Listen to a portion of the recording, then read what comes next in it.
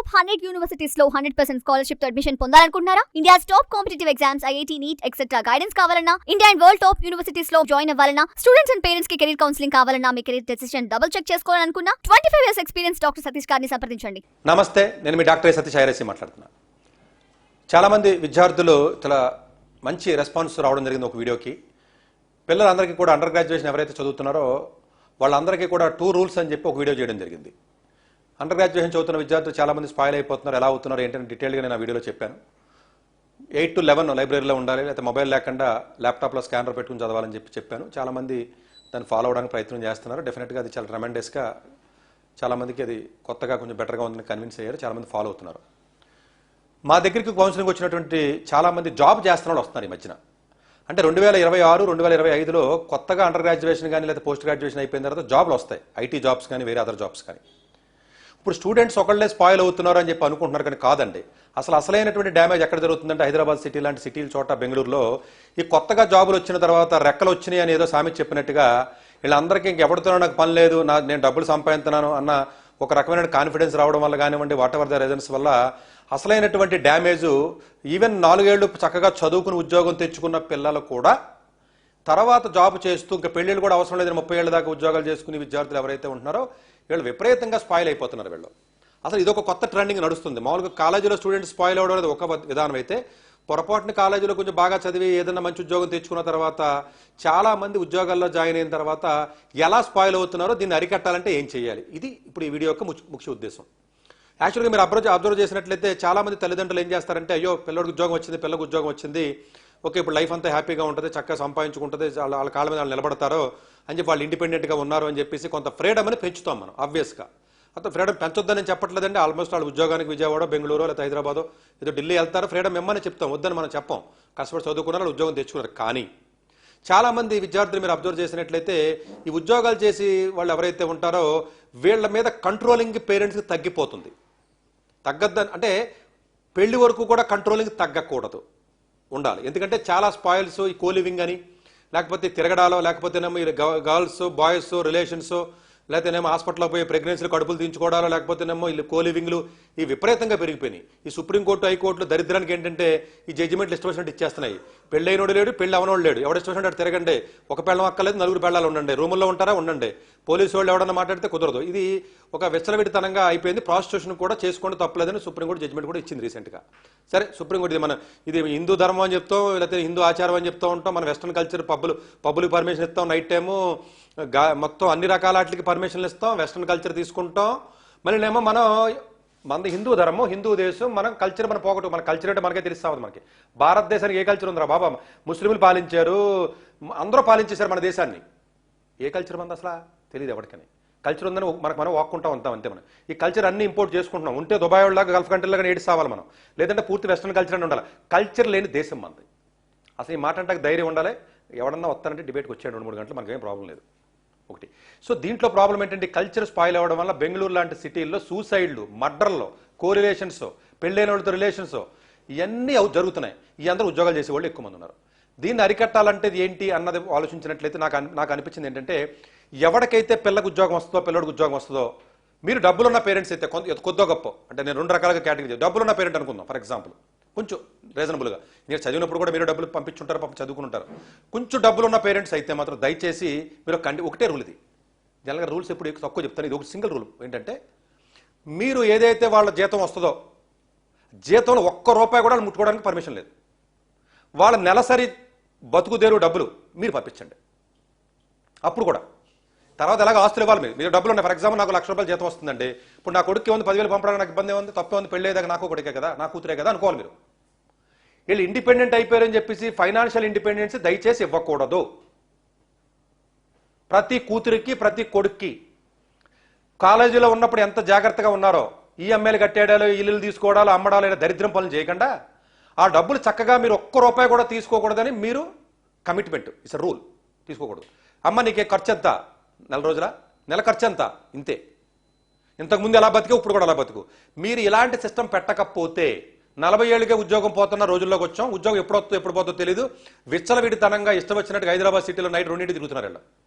నాకు ఉద్యోగం వచ్చింది, 1,00,000 వచ్చింది, మైక్రోసాఫ్ట్లో చేస్తున్నాను, ఈ పొగరు ఎక్కువైపోయింది పిల్లలకి. తల్లిదండ్రుల కంట్రోల్ తప్పింది. మీరు పెళ్ళి అయ్యేదాకన్నా కనీసం మీరు ఏం చేయాలి, ఒక్క రూపాయి కూడా ముట్టుకోకరా, ఇదంతా మ్యూచువల్ ఇన్వెస్ట్మెంట్ సిప్లో పెట్టు రూల్. నీకు ఏదైనా కావాలనుకో 100 రూపాయలు కాదు 100 రూపాయలు అడుగు, నేను ఇస్తాను. ఇంతకుముందు అడిగావు కదా, ఇప్పుడు కొత్తగా రెక్కలే వచ్చింది ఏంటి నాకు అర్థం కాదు. కొంతమందికి అసలు కనీసం డబ్బులు ఇచ్చే పరిస్థితిలో పేరెంట్స్ ఉండరు. వాళ్ళకి నేనేం చెప్తున్నానంటే, వీళ్ళకి వచ్చిన జీతం ఫస్ట్ మీ అకౌంట్కి ట్రాన్స్ఫర్ చేయండి. వాళ్ళకి రూల్ ఇది. డబ్బులు ఉన్న పేరెంట్ ఏమో ఆ మనీని ఇన్వెస్ట్ చేయండి, మ్యూచువల్ ఫండ్లో పెడతారా, దేంట్లో పెడతారా పెట్టి సావండి. డబ్బులు లేనోడు ఉంటాడు పేరెంట్, వాడు ఏం చేయాలి, వచ్చిన జీతాన్ని ఫస్ట్ పేరెంట్ అకౌంట్ కొట్టాలి. కొట్టి లేదా అకౌంట్ మీరు ఆపరేట్ చేయండి, తప్పేం లేదు. ఆ పిల్లడి అకౌంట్ మీరైనా ఆపరేట్ చేయండి. సపరేట్గా ఇంకొక అకౌంట్ ఓపెన్ చేసి ఎంత ఖర్చు అవుతుంది అంత ఖర్చు పంపించంతే. నా ఇష్టం వచ్చినట్టు స్విగ్గీలో ఆర్డర్ చేస్తాను, జొమాటోలో ఆర్డర్ చేస్తాను, సినిమాలకు వెళ్తాను, సాయంత్రం పబ్బులకి వెళ్తాను, ఎవడో రమ్మన్నట్టు తిరుగుతాను, కోలింగ్లోకి వెళ్తాను, నైట్ 3 అయినా పర్లేదు పడుకుంటాను, నేను నాకేంటి నాకు తిరుగులేదు అన్నటువంటి ధోరణి విపరీతంగా పెరిగిపోయింది సిటీల్లో. మడ్రల దొరకు వెళ్ళిపోతుంది. అసలు రిలేషన్స్ అంటావా దరిద్రం. ఇక్కడ మనం చూశాను నేను ఎక్కడెక్కడో, ఇది మన ఇదే గచ్చిబౌలి అవతల ఏదో ఏరియా ఉంది, ఆ ఏరియా పేరు గుర్తు, కొండాపూరు. ఈ కోలివింగ్ దగ్గర వీళ్ళకి రూములు లేవు, ప్లేసులు లేనట్టుగా కార్లు వెనకాల నైట్ టైం స్ట్రీట్ లైట్ ఉండవు కదా, దరిద్రానికి కక్కుడు కుక్కల్లాగానో ఆ కార్లు వెనకాల షాడో ఉంటుంది కదా, అక్కడ కూర్చుని ముద్దులాడుకుంటున్నారు వీళ్ళు. కుక్కల కంటే హీనం దరిద్రం ఇదంతా. కుక్కలో నక్కలనయ్యం కనీసం. ఇంత దరిద్రమైన కల్చర్కి వచ్చేసింది. ఆల్రెడీ మనం స్పాయిల్ అయిపోయాం. మన కల్చరా తొక్క ఏమీ లేదు ఇక్కడ. మనకి దేశానికి కల్చర్ లేదు. ఉందని మీరు చెప్పుకుని బతుకుతున్నారు ఓట్ల గురించి. ఎవడన్నా కల్చర్ ఏంటి, భారతదేశానికి ఉన్న కల్చర్ చెప్పండి, దమ్ముంటే ఎవడన్నా. సనాతన ధర్మం అంటే డిఫైన్ చేయండి. ఒక్క లీడర్ కూడా సనాతన ధర్మాన్ని డిఫైన్ చేసిన దమ్మున్నవాడు ఎవడు లేడు భారతదేశంలో. ఏ ధర్మం చెప్తాం? బ్రిటిష్ వాళ్ళు పాలించిన దాన్ని ధర్మం అది చెప్తామా? అంతకుముందు ముస్లిమ్స్ పాలించింది చెప్తామా? ఈ భారతదేశానికి ఇండిపెండెంట్గా ఉండి సచ్చింది ఎక్కడ మనకి? గత 1000 ఏళ్ళ తీసుకుంటే, చరిత్ర తీసుకుంటే మనకి చరిత్ర లేదు. మనకి 60 ఏళ్ల క్రితం పుట్టిన బర్మాలో పుట్టినోడిని మనం మన దేశం కాదంటున్నాం. ఆడు ఇండియా ఓడే కదా. పాకిస్తాన్లో పుట్టినోడు ఇండియా ఓడే 60 ఏళ్ల క్రితం. ఇప్పుడు ఆయన వేరే దేశం అంటున్నాం మనం.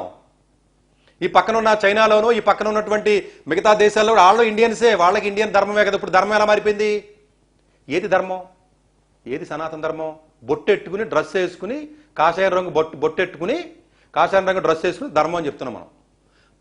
నైట్ 2 దాకా పబ్లిక్ కల్చర్ ఇచ్చారు. రేవంత్ రెడ్డిని అడగాలి కదా, బీజేపీ గవర్నమెంట్ని అడగాలి మనం. ఈ సుప్రీంకోర్టు జడ్జిమెంట్లు ఎందుకు వస్తున్నాయి? ఎవడ దేంతోనే తిరిగేయచ్చు, ఎవడ పెళ్ళని ఎవడైనా లేపుకెళ్ళిపోవచ్చు. 18 ఏళ్ళు ఉంటే మేజర్ అయిపోయి నువ్వు, 17 సంవత్సరాల 300 రోజుల దాకా మైనర్, రేపు మేజరు. ఈ సినిమాలు రిలీజ్ ఎవడు చేస్తున్నాడో మీరే. దీన్ని భారతదేశ గొప్ప సంస్కృతి అని ముసుగేసి బతుకుతున్న మనుషులు మనందరం. మనకి సంస్కృతే లేదు. దీనికి చాలామంది నచ్చదు. నాకు ఫోన్లు వస్తాయి, ప్రాబ్లం లేదు, హ్యాపీగా మనం ఆన్సర్ చెప్తాం. 1000 సంవత్సరాల నుంచి హిస్టరీ చెప్పుకుంటూ వస్తాను నేను. ఏది మన ధర్మం? ఎవడో సినిమాలో ఏది అసలు ఇదా? హైదరాబాద్ 2 దాకా పబ్బులకి ఇచ్చి 16 సంవత్సరాలు 15 సంవత్సరాలకి డ్రగ్స్ ప్రతి స్కూల్లో దొరుకుతున్నాయి కదా, అదే ధర్మం మందే. భారతదేశానికి సంస్కృతి ఏంటి? మనంతా మిక్స్డ్, పొల్యూట్ అయిపోయింది అంతాను, మొత్తం మిక్స్ అయిపోయింది అంతా, హైబ్రిడ్ మందంతా పోయింది ఆల్రెడీ. సో గవర్నమెంట్ మన నిజంగా ఉండాలంటే ఇరాన్ లాగా ఉండాలి. చూసారా, పాతది ఇంకా చెప్తారు వాళ్ళు ఇప్పటికి. అది అక్కడ మంచిగా చెడు పక్కన పెట్టు. సౌదీ అరేబియా అది సిస్టమ్ అంటే. అక్కడ పెట్టేళ్ళు నువ్వు పప్పు పెడతా, మందు కూడా పెట్టినవారు, అక్కడ బారు కూడా పెట్టినవారు, కంట్రోల్ చేశారు. అది లేకపోతే వెస్ట్రన్ కల్చర్ కానీ ఏడిస్తామండి. 9వ తరగతి 10వ తరగతి కడుపు వస్తున్నాయి కదా అక్కడ, ఇక్కడ కూడా అయ్యే వస్తున్నాయి అనుకో చెప్తున్నాను. అదనే చేయండి కనీసం. అసలు మన మిక్స్డ్, మన హైబ్రిడ్ మనంతా. అందువల్ల ఏంటంటే ఈ పిల్లల్ని మీరు కాపాడుకోవాలంటే పెళ్ళి అయ్యేదాకా రూల్ ఏంటంటే డిసిప్లిన్ అదే ఉండాలి.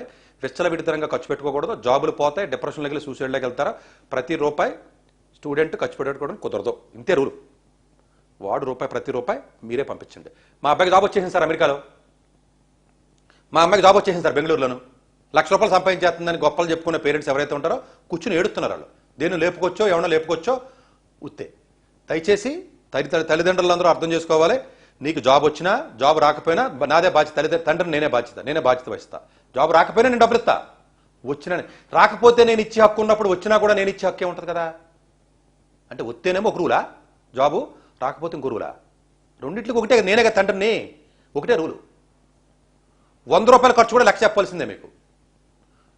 లో ప్రొఫైల్ బతకాలి. ఇప్పుడు జాబులు పోయి డిప్రెషన్లోకి పోయి సూసైడ్ చేసుకుని జాబులు లేవు, ఈఎంఐలు కట్టేయడం, విచ్చలవిడిగా కార్లు కొనేయడాలు, నైట్ తిరిగేయడాలు మోటార్ సైకిల్ మీద, డ్రెస్సులు కొనేయడాలు, బట్టలు కొనేసుకోవడాలు. ఏంటిది? కాలేజీలో ఉన్నప్పుడు 5,000కి బతికావు కదా, ఇప్పుడు కూడా 5,000కి బతుకు. 1,00,000 వచ్చినా 2,00,000 వచ్చినా నీకు డిసిప్లిన్, ఫైనాన్షియల్ డిసిప్లిన్ లేకపోతే ముందు చెడిపోతావు. వరుసగా ధైర్యంతో ఈ రూలు ప్రతి తల్లిదండ్రులు పట్లర్ నన్ను అభిమానించే వాళ్ళు లేకపోతే నా ఫాలోవర్స్ ఎవరైతే ఉంటారో రూల్కి లాజిక్స్ ఉండవు. ఆడు 100 చెప్తాడు వినకూడదు మీరు.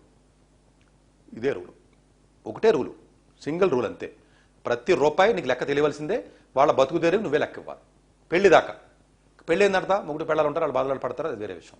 ఆ డిసిప్లిన్ ఎప్పుడైతే మీకు అలవాటైందో చక్కగా పెళ్ళి అయిన తర్వాత కూడా ఆ డిసిప్లిన్ మీకు అలవాటు అవుతుంది.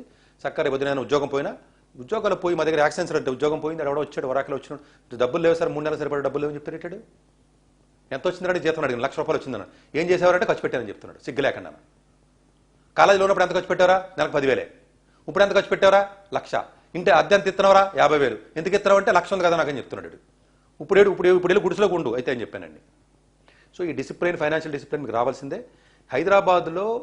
హైదరాబాదులో కో లివింగ్ గూగుల్ చేయండి దయచేసి. అఫీషియల్గా ఎక్కడైనా గవర్నమెంట్ ఇస్తుందా? ఈ ఎకానమీలోకి వెళ్ళండి. ఏం చెప్పింది తెలుసా?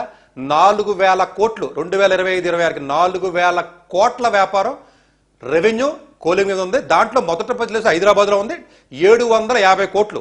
సోఫాల్లో కూర్చుని ఊగిపోకండి, గూగుల్లోకి వెళ్ళి కొట్టండి, చాట్ జీపీటీలోకి గూగుల్లోకి వెళ్ళి.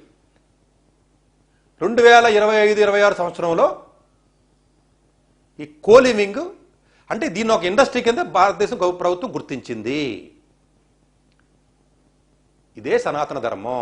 ఇంతే గుర్తించింది. గుర్తించకపోతే లెక్కలు కట్టి అఫీషియల్గా నెంబర్లు ఎలా వచ్చినాయి? గుర్తించేసింది. 750 కోట్లు. మీరు అందరూ పొల్యూట్ అయిపోయింది, కుక్కల్లాగా నక్కల్లాగా తిరిగండి, ఎవరు దేంతో బట్టి తిరిగిసినా పర్లేదు, మాకు మాత్రం ట్యాక్స్ కావాలి. 750 కోట్లు హైదరాబాద్ మార్కెట్. ఈ నెంబర్స్ అఫీషియల్గా రిలీజ్ చేసిన నెంబర్స్. మన దగ్గరికి ఎవరికైనా డిబేట్గా వచ్చేయచ్చు, ఏ మీడియా వాడైనా వీడియో చూసి 2-3 గంటలు మాట్లాడదాం మనం, ఇబ్బంది ఏం లేదు. ఇది ఇలాంటి దరిద్రాన్ని నుంచి తప్పించాలంటే వీళ్ళందరూ ఎవరు అనుకుంటున్నారు? మళ్ళీ ఈ పల్లెటూరు నుంచి టౌన్ నుంచి వచ్చిన బ్యాచ్ మళ్ళీ వాళ్ళకి అప్పుడు దాకా ఇమాజినేషన్లో బతికారు కదా, ఇప్పుడు రియాలిటీలోకి వస్తారు. ఒక్కొక్క ఫ్లాట్లో 5 బెడ్రూమ్ ఫ్లాట్లు ఉంటాయి తెలుసు హైదరాబాద్లో. ఒక్కొక్క రూమ్లో ఒకళ్ళు. తల్లిదండ్రులు కన్విన్స్ చేస్తున్నారు. వాళ్ళు చిత్రం ఏంటంటే తల్లిదండ్రులు వస్తారు కదా వాళ్ళు చూడడానికి పిల్లల్ని, వాళ్ళని కన్విన్స్ చేసి స్టేజ్కి ఎదిగిపోయారు. ఈ ఫైనాన్షియల్ ఫ్రీడమ్ ఇవ్వడం వల్ల సిగ్గుండాలా పేరెంట్కి. కోలివింగ్ ఒక అపార్ట్మెంట్లో ఎలా ఉంటారు నాకు అర్థం కాదు. ఆడపిల్ల మగ పిల్లాడు పర్లేదు రండి సార్ అలవాటు అయిందని అంటున్నారు పేరెంట్స్.